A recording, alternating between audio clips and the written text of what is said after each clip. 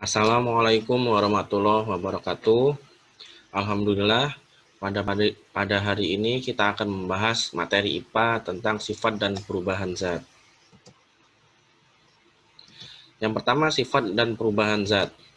Suatu zat memiliki sifat khusus yang membedakannya dengan zat lain.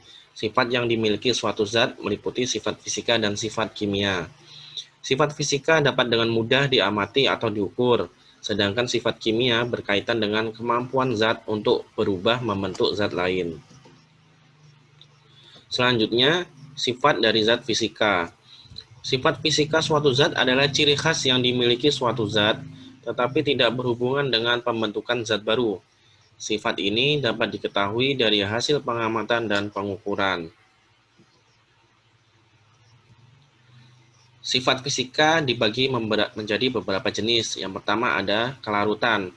Kelarutan adalah kemampuan suatu zat untuk melarutkan dalam suatu pelarut. Contohnya adalah garam larut dalam air. Zat pelarut adalah zat yang dapat melarutkan. Contohnya adalah air. Sedangkan zat terlarut adalah semua zat yang dapat terlarut dalam air. Contohnya adalah gula, garam, dan lain-lain. Kemudian sifat fisika yang lainnya adalah kemagnetan.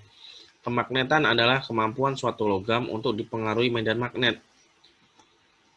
Jenis medan magnet sendiri atau jenis magnet itu dapat dibagi menjadi beberapa. Salah satunya adalah ferromagnetik, adalah logam yang dapat ditarik medan magnet dengan baik, contohnya besi. Kemudian paramagnetik adalah logam yang kurang dapat ditarik oleh magnet, contohnya aluminium. Dan diamagnetik adalah benda yang menolak medan magnet, contohnya emas. Selanjutnya, daya hantar.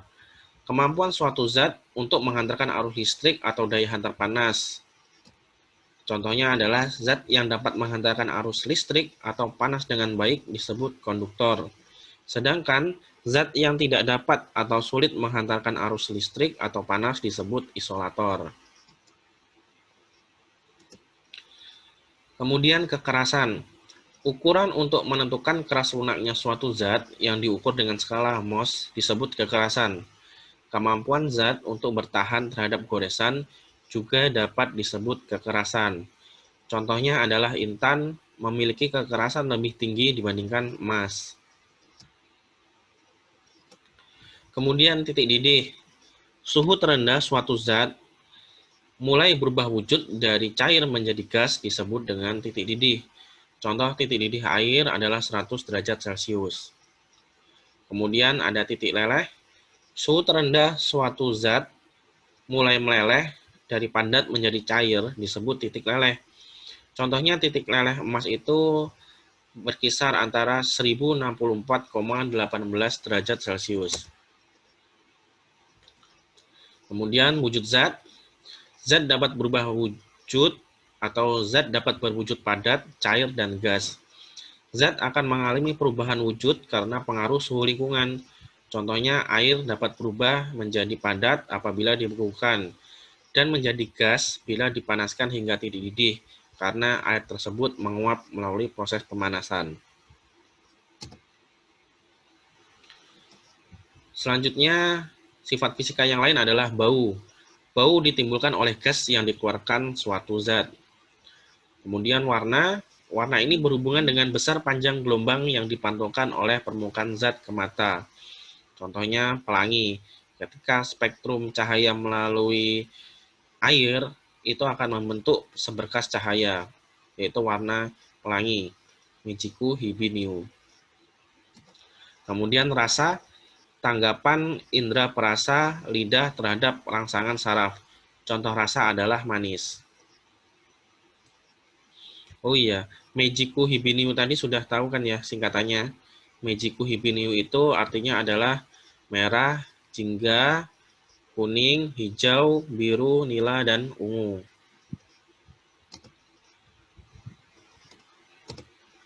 Kemudian selanjutnya yang ketiga adalah sifat kimia. Sifat kimia merupakan karakteristik suatu zat yang berhubungan dengan interaksi zat tersebut dengan zat lain sehingga terbentuk zat baru. Yang pertama contohnya adalah keterbakaran. Keterbakaran merupakan sifat dapat tidaknya suatu zat tersebut terbakar. Contohnya, kertas dapat dibakar membentuk gas CO2 dan abu, sedangkan air tidak dapat dibakar. Kemudian daya ionisasi. Daya ionisasi adalah mudah tidaknya suatu zat mengalami ionisasi menjadi partikel-partikel bermuatan listrik saat dilarutkan. Kemudian pembusukan. Pembusukan juga merupakan salah satu ciri dari sifat kimia. Pembusukan merupakan peristiwa membusuknya suatu zat akibat reaksi kimia. Contohnya sampah organik membusuk berubah menjadi pupuk kompos. Kemudian kereaktifan. Kereaktifan ini adalah mudah tidaknya suatu zat bereaksi dengan zat lain. Contohnya besi mudah berkarat itu karena besi bereaksi dengan oksigen yang ada di udara, sehingga membentuk karatan. Selanjutnya, ada perubahan fisika. Perubahan fisika adalah perubahan yang tidak menghasilkan zat baru dan tidak mengubah sifat materi tersebut. Contohnya perubahan bentuk kayu yang diubah menjadi kursi. Jadi ketika sebatang kayu diubah menjadi kursi, berubah bentuknya, tapi tidak mengubah materi dari kayu tersebut. Perubahan wujud air yang dapat membeku dan mencair. Meskipun air itu membeku, menguap, tetap saja bentuknya adalah air. Selanjutnya, perubahan kimia. Perubahan kimia adalah perubahan yang menghasilkan zat baru dengan sifat-sifat yang baru juga. Perubahan kimia disertai ciri-ciri diantaranya perubahan suhu, perubahan warna, terbentuknya gas, dan terbentuknya endapan.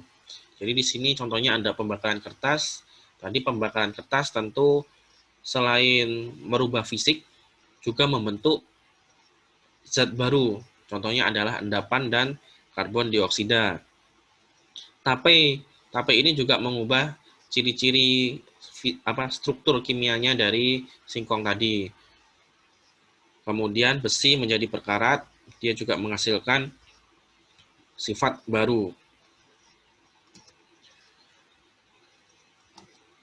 Cukup sampai di sini pelajaran hari ini.